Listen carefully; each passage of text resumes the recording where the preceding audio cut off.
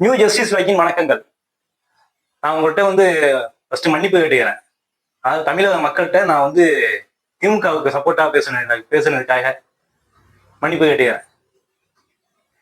ஏன்னா நைட்டு 12 மணிக்கு ஜென்சியை வச்சு புரட்சி செய்ய போறேன், போராட்டத்தை கிளப்ப போறோம் அப்படின்னு ஒருத்தன் பேசிட்டு ஒரு ட்விட் ஒன்று போட்டுட்டு 1/2 மணி நேரத்துல டெலிட் பண்ணிட்டு டெல்லி கிளம்பி போனா பாருங்க ஒரு ரவுடி பைய. அவனெல்லாம் சும்மா விட்டு வச்சிருக்கு பாத்தீங்களா தமிழ்நாடு, இந்த அரசாங்கம், இந்த திமுக அரசாங்கம் அவனெல்லாம் விட்டு வச்சிருக்கு பாத்தீங்களா? அதுக்காண்டி முதல்ல நான் மன்னிப்பு கேட்டுக்கிறேன். ரவுடி பைய யாரை பார்த்து சொல்றாங்க? செந்தில் பாலாஜியை பத்தி ரவுடி பையன் சொல்றாங்க. நீங்க சொல்ற அந்த ரவுடி பைய தான் முதல் ஆளா போய் பாதிக்கப்பட்டவங்களுக்கு நின்னாங்க. நீங்க சொன்ன அந்த ரவுடி பைய தான் நைட்டு சோறு தண்ணி இல்லாம இந்த மக்களுக்கு சோறு தண்ணி ஏற்பாடு பண்ணி கொடுத்தாரு. நீங்க சொன்ன அந்த ரவுடி பைய தான் தனியார் ஹாஸ்பிட்டல் இருந்த மக்களுக்கு அங்க எதுவும் பணம் வாங்காதீங்க, நான் அந்த பணத்தை தரேன், இல்ல அரசாங்கம் அந்த பணத்தை தரேன்னு போய் சொன்னவர். அந்த ரவுடி பைய தான் 1000 நிருபரை பார்த்து பேசி கரூர்ல சம்பத்துக்கு இதுதான் காரணம் அப்படின்னு 100 தடவை விளக்கம் கொடுத்தவர். உங்க தலைவரால் ஒரு நிருபரை சந்திக்க முடியுமா? ஒரே ஒரு நிருபர்கிட்ட பேசிட முடியுமா? ஏன் ஒரு நிருபரை நேரடியா பார்க்க முடியுமா உங்க தலைவரால்? முதல்ல நீங்க வந்து அவரை ரவுடி பையன் சொல்றீங்க. பொதுக்குழு கூட்டம் நடத்துறீங்க, கூட்டத்துல பேசுற ஆளுங்கெல்லாம் பார்க்கணுங்க. அப்படியே இது என்ன இந்த எம்எல்ஏ பேசுவாங்கல்ல, நான் வந்து இந்த ஸ்கீம்ல சேர்ந்தேன், இந்த ஸ்கீம்ல சேர்ந்து என்னோட பிஎம்டி காரை வெளில நிக்குது, இந்த ஸ்கீம்ல சேர்ந்தேன் என்னோட ஃபெராரி வெளில நிக்குது, இந்த ஸ்கீம்ல சேர்ந்த என்னோட ஆடி கார் வெளில நிக்குது அப்படின்னு பேசுவாங்கல்ல. அது மாதிரி டிவிக்கில சேர்ந்தவங்கலாம் பேசுறீங்க. பொதுக்குழு ஊடகத்தும் பேசுறவங்கல்ல அப்படிதான் பேசுறேன். என்னமோ அவங்களாம் ஏதோ ஒரு புனிதமான கட்சியில இணைஞ்சாமோ, அந்த கட்சி வந்து ரொம்ப நல்ல கட்சி மாதிரியும். என்ன பண்ணீங்க? அப்படி 41 பேரை கொன்னீங்க. ஒரு தவறு நடந்திருக்குன்னா அதை வந்து மனசால நினைச்சு நம்ம இது ஒரு தவறு நடந்துட்டே அப்படின்னு நினைக்கணும். முதல்ல அது நினைக்கவே இல்லை நீங்க. அப்படி நினைக்காட்டி அதுக்கு பேர் என்ன? அது தவறு கிடையாது, குற்றம். தவறுக்கும் குற்றத்துக்கும் உள்ள வித்தியாசம். நம்ம மனசால நினைக்கணும், நம்ம இது நினைச்சதே இப்படி நடந்துட்டு இது தவறு, இப்படி நடந்திருக்க கூடாது, அது தவறு. அதை நான் மனசால நினைக்கவே இல்லை, என் மனசை அதை நினைச்சவே இல்லை அப்படின்னாக்க அதுக்கு போய் இது தவறு கிடையாது, அது குற்றம். நீங்க குற்றம் தான் பண்ணிட்டு இருக்கீங்க. அந்த இவர் சொல்ற கொள்கை பரப்பு செயலர் அருண்ராஜ் தமிழகம் உள்ள சுற்றுப்பயணம் போனாப்புல அந்த 1 மாசமா ஆளே காணுமையா. எல்லா தனியார் தொலைக்காட்சியும் இருக்கு, உங்களுக்கு தான் ரீல்ஸ் போடுறதுக்கு வீடியோ போடுறதுக்கு 1000 பேர் இருக்காங்களே, அவங்க எல்லாம் ஒரு வீடியோ கூட போடலையே. எங்க சுற்றுப்பயணம் போனீங்க? எந்த ஊர்ல சுற்றுப்பயணம் போனீங்க? அங்கெல்லாம் சொல்றாங்க 1000 ரூபாய் காசு எங்களுக்கு வேணான்னு, 1000 ரூபாய் காசை தியாகம் பண்ணுங்க அப்படின்னு சொல்லிட்டு சொல்றாங்க. தியாகம் பண்ணிடுவாங்களா? ஏன் உங்க தொண்டர்களை அனுப்பி விடுங்க, போய் தியாகம் பண்ணுங்க, இந்த 1000 ரூபாய் எங்களுக்கு வேணாலும் எழுதி கொடுக்க சொல்லுங்க பார்ப்போம். உங்க தொண்டர்கள் வீட்டுல அவங்க உள்ள அவங்க அம்மாட்ட போயோ இல்ல அவங்க அக்கா கிட்ட போயோ இந்த மகளிர் தொகை வருது இல்ல, அது எனக்கு வேணாம் அப்படின்னு எழுதி விடு, நமக்கு அந்த காசு வேணாம் அப்படின்னு. உங்க வீட்லயே உங்களை வெட்டி விட்டுருவாங்க. அது ஒரு நான் சொல்றாப்புல கரூர்ல வந்து சதி செஞ்சுட்டாங்க, சூழ்ச்சி செஞ்சுட்டாங்க. இந்த சீத்தமிழ்ல நீ ஒரு சதிகாரன் அப்படின்னு சொல்லுவாங்கல்ல, அது மாதிரி சதி செஞ்சுட்டாங்க, சூழ்ச்சி செஞ்சுட்டாங்க திமுக. அதெல்லாம் பார்த்துட்டு இவங்க அமைதியா இருந்து மௌன புரட்சி பண்றாங்க. யார்? விஜய், தளபதி விஜய். இனிமே தளபதி விஜய் கிடையாது, மௌன புரட்சி நாயகன் விஜய். மௌன புரட்சி நாயகன் டிவிகே விஜய், தமிழக வெற்றி கழக தலைவர், புரட்சி நாயகன், மௌன புரட்சி. அப்படி வேணா வச்சுக்கலாம் உங்களுக்கு வைக்கிறதா இருந்தா. நிர்மல்குமார் ஓடிட்டாரு, பொதுச் செயலாளர் ஓடிட்டாரு, ஆதோ அர்ஜுனா ஓடிட்டாரு, எங்கடா போகணுமா அப்படின்னு கேக்குறீங்களே. ஆமா, நீங்க எங்க இருந்தீங்க? முதல்ல 14 நாள் நீங்க கல்ல இப்ப தென்படலையே, எங்க இருந்தீங்க? தென்படாதவங்க ஓடி போயிட்டாங்கன்னு சொல்லுவாங்க. 14 நாள் யாராவது கண்ணில் தென்பட்டீங்களா? நீங்க டெல்லி ஓடி போயிட்டீங்க, அவங்க 2 பேரும் எங்க போனாங்கன்னே தெரியல. யாரு ஓடிட்டாங்க? நீங்க தான் ஓடுனீங்க, யாருமே இல்லையா? கல்லூரை விட்டு ஓடுனீங்க, டெல்லி தமிழ்நாட்டுல இருந்து டெல்லிக்கு ஓடுனீங்க, எல்லா இடமும் நீங்க தானே ஓடுனீங்க. அப்புறம் யாரு ஓடிட்டான்னு கேக்குறீங்க? அரியலூர்ல இருந்து பெரம்பலூர் போறப்போ வந்து சொன்னாங்களாம், எஸ்பி சொன்னாதான் இதுக்கு மேல போனா அங்க ரொம்ப விபரீதமாயிடும், இதுக்கு மேல போக வேணாம், கேன்சல் பண்ணிடுவோம் அப்படின்னு சொன்னாங்களாம். என் தலைவர் முகத்தை மட்டுமா காமிச்சிட்டு வந்துடுறேன் அப்படின்னு சொல்றாப்புல. அது ஒரிஜினல். அதுக்கு வந்து எஸ்பி சொல்லிட்டாங்களா வேணாம் அப்படின்னு சொல்லிட்டு கேன்சல் பண்ணிட்டாங்க. எங்களுக்கு மட்டும் ஏன் இப்படி பண்றீங்க அப்படின்னு கேக்குறீங்க. இந்த கரூர்ல நடந்தது பெரம்பலூர்ல நடக்க வேண்டியது, அரியலூர்ல நடக்க வேண்டியது. அது நடக்காம போனது சந்தோஷப்படுவியா? இல்ல நீ அதுக்கு நின்றுட்டு வருத்தப்பட்டு இருக்கிறா எங்களுக்கு எங்களுக்கு பர்மிஷன் கொடுக்கலான்ட்டு. இங்கதான் உனக்கு பர்மிஷன் கொடுக்கல, நீ கேட்டியா? 100 மீட்டர் முன்னாடி நின்றுடான்னு சொன்னாங்க, நின்னீங்களா? எதையுமே பண்ணல. ஆனா திமுக சரி செஞ்சுட்டு இதே வார்த்தை எல்லாரும் பேசுறீங்க. என்ன அப்படி திமுக சரி செஞ்சது உங்களுக்கு? உங்கள்கிட்ட வீடியோ ஆதாரம் இருக்குல்ல, உங்க வண்டியில தான் 7-8 கேமரா வச்சிருக்கீங்களா வரிசையா? மூளைக்கு கேமரா வச்சிருக்கீங்கல்ல, ஒரு வீடியோ எடுத்து காட்டலாம்ல.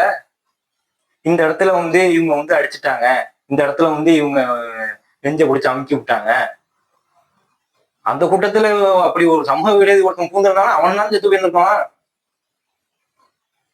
ஸ்ப்ரே அடிச்சாங்களாம். விட்டா சொல்லுவாங்க மேல வந்து செந்தில் பாலாஜி தான் ஒரு கேடி பேக்கை பிடிச்சி மொத்த ஆக்சிஜனையும் பிடிச்சி இழுத்துட்டாரு, மொத்தமா எடுத்து வச்சுட்டாரு ஓரமா, அதனால ஆக்சிஜன் இல்லாம சுத்தி விட்டாங்க அப்படின்னு கூட சொல்லுவாங்க. மேல வந்து ஒரு இதை பண்ணி ஆக்சிஜன் எல்லாம் மொத்தமா காலி பண்ணியாச்சு, அதனால ஆக்சிஜன் இல்ல.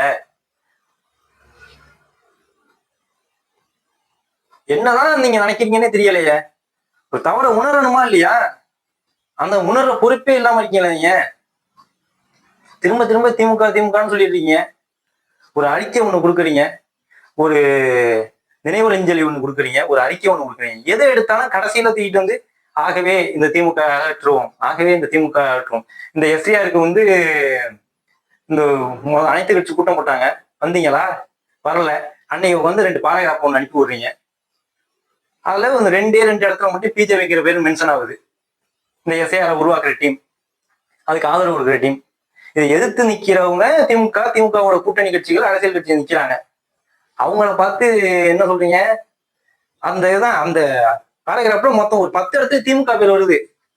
ஆனா அதுக்கு அதை வந்து யாரு தயாரிச்சு அனுப்பி விடுறாங்களோ அவங்க பிஜேபியோட பேர் 2 இடத்துல பிஜேபின்னு வச்சுட்டு 10 இடத்துல திமுகன்னு சொல்றீங்க.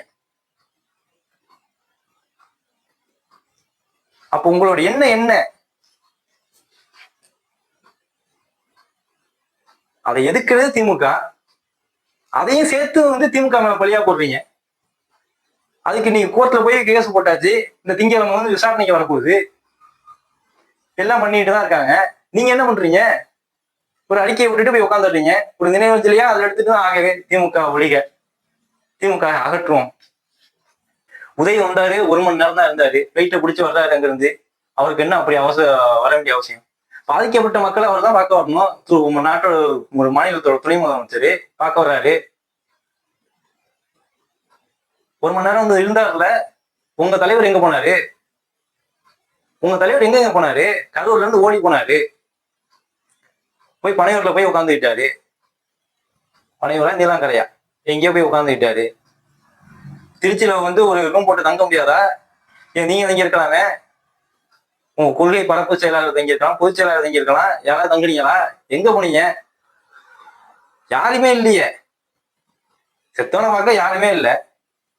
ஆனா இவர் மட்டும் 1 மணி நேரம் வந்து இருந்தாரு, 1 மணி நேரம் வந்துட்டு திரும்பி போயிட்டாரு. நின்னார்ல, அவரை வந்து நீங்க வந்து கலாய்க்கிறீங்க. உதயநிதி வந்து 1 மணி நேரம் நின்றுட்டு போயிட்டாரு. நீங்க எங்க போனீங்க?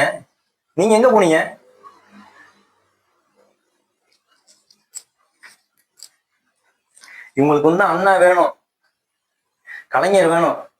அண்ணா நல்லா வரான், கலைஞர் நல்லா வரான், ஸ்டாலின் கெட்ட வரான். ஏன்னா இது வந்து என்னன்னா குடும்ப ஆட்சி நடத்துறாங்க. குடும்ப ஆட்சியோ குடும்ப கட்சியோ அதை நிர்ணயம் செய்ய வேண்டியது தமிழக மக்கள். 2019 இருந்து இந்த 2025 வரைக்கும் 10 எலெக்ஷனை பார்த்தாச்சு. 10 எலெக்ஷன்லயுமே திமுகவை வெற்றி அடைய செஞ்சிருக்காங்க.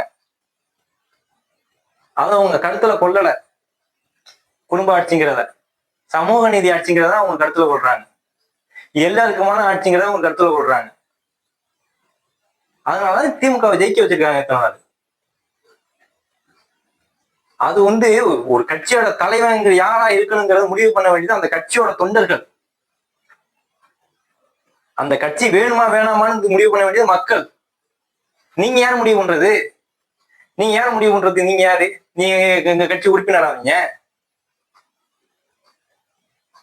இல்ல அப்படியே நீங்க முடிவு பண்றீங்க.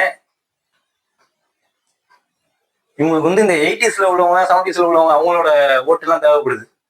80 வயசுல உள்ளவங்க 70 வயசுல உள்ளவங்க. அதனால கலைஞர் நல்லவரு, அண்ணா நல்லவரு அப்படின்னு சொல்லிட்டு ஒரு அப்படியே தேவை.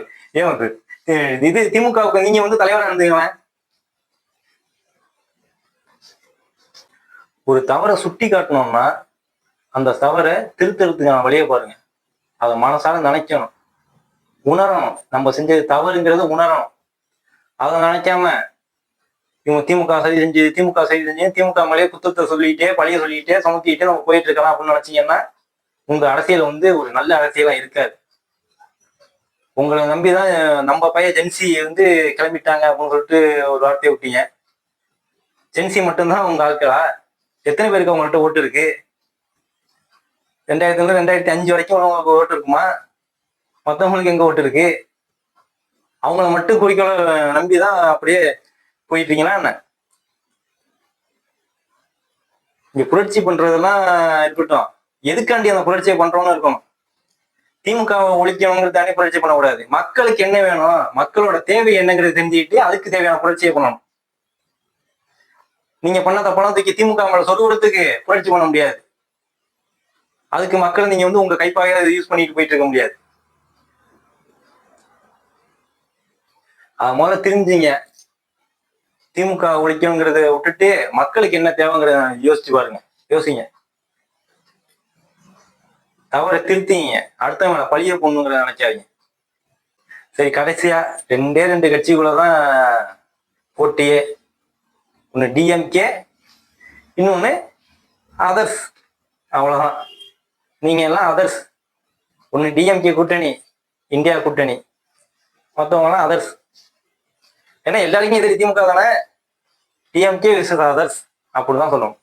கான்பிடண்டா இருக்க மக்களே, வெற்றி நிச்சயம். மீண்டும் சந்திக்கும் வரை உங்கள் நியூ ஜஸ்டிஸ் பிளாக். கான்பிடண்டா இருங்க, நல்லதே நடக்கும், வெற்றி நிச்சயம். மீண்டும் சந்திக்கும் வரை நன்றி, வணக்கம்.